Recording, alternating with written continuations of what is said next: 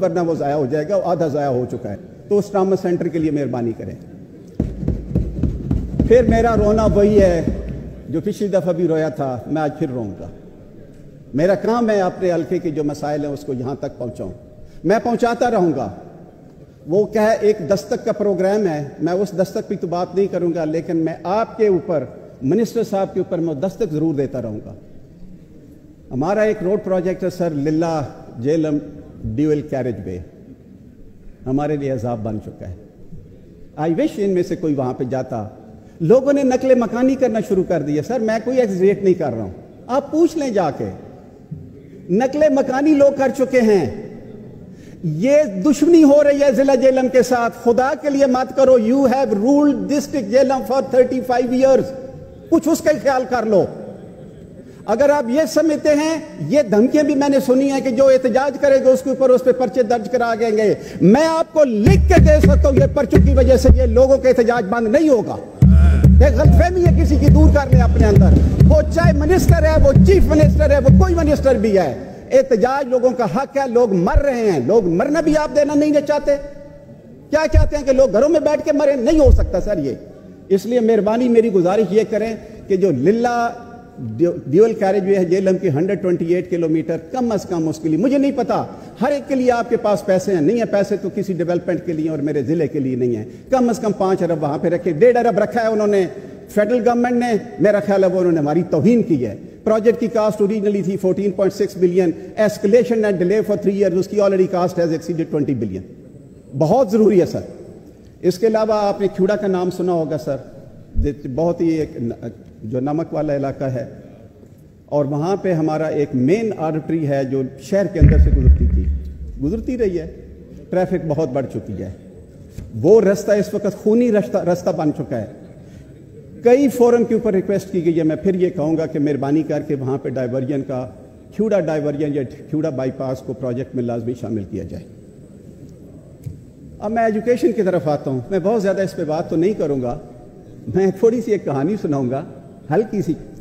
ہمارے ضلع کے اندر 3 سر کالجز بنے تھے. ایک 1970 میں ڈگری کالج بنا تھا بوائز کا, ایک ویمن کالج پنڈ دادن خان, اور ایک ویمن کالج جلال پور.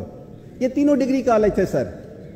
ہم نے اتنی ایجوکیشن میں ترقی کی ہے کہ وہ تینوں کالج اس وقت ایسوسیٹ پہ ڈاؤن گریڈ ہو چکے ہیں, اور کسی پلان میں نہیں ہے کہ یار اس پوری تحصیل کے لیے for the people of 5 lakh people we don't have one single degree college.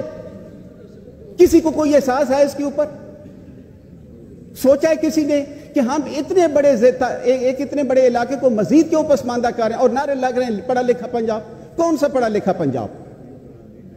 میں یہ سمجھتا ہوں کہ یہ جو 3 ہمارے کالجز ہیں, 2 ویمن کالج اور ایک جو بوائز کالج ہے, پنڈ دادن خان میں 2 ہیں اور ایک جلال پور میں, مہربانی کر کے ان کو کم از کم 4 ایئر پروگرام کے اندر تو لے کے آئیں.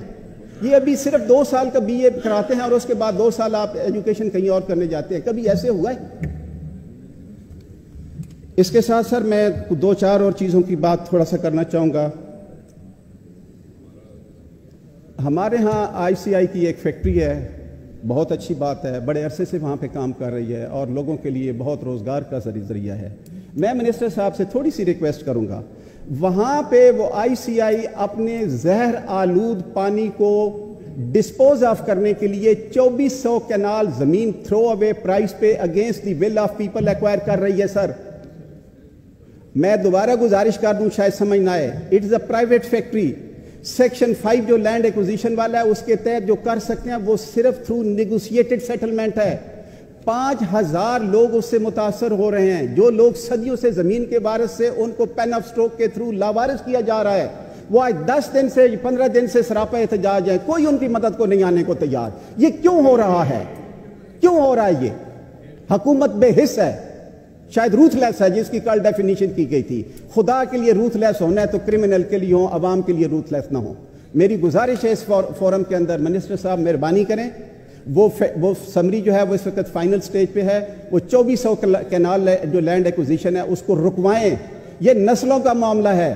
اگر بہت ہی ضروری ہے اس فیکٹری کی مدد کرنی ہے, وہ اس کے آگے نہ نہیں کوئی کر سکتا, تو کم از کم یہ جو 5000 لوگ ہیں ان کی کم از کم کوئی ری سیٹلمنٹ کا پلان, ان کو بے گھر اور لاوارث مت کریں. سر کہنے کے لیے اتنا کچھ ہے, آپ یقین کریں کہ میں اگر اس بجٹ کے اوپر مجھے جو سویرے میں تیاری کر کے آیا تھا تو میں شاید اس کے اوپر آپ اور تو کچھ بھی آپ کو بہت بتا دیتا، لیکن سر میرا خیال آج کے لیے اتنا ہی کافی ہے. تو میری گزارشات صرف یہ ہیں جو چند ایک میں نے کی ہیں، کچھ رہ گئی ہوں گی، لیکن امید ہے اس تھوڑے کو بڑا سمجھیں اور مہربانی کر کے ہم میرے حلقے، اگر مجھے آپ کہیں تو میں کسی کے ساتھ بیٹھنے کو بھی تیار ہوں، میں اس کو ایکسپلین کر سکتا ہوں، میں اس کو یہ گزارش کر سکتا ہوں کہ ہمارے ڈیولپمنٹ علاقے کی ڈیولپمنٹ کے لیے کام کیا جائے اور کچھ ہمارے اوپر رحم کیا جائے.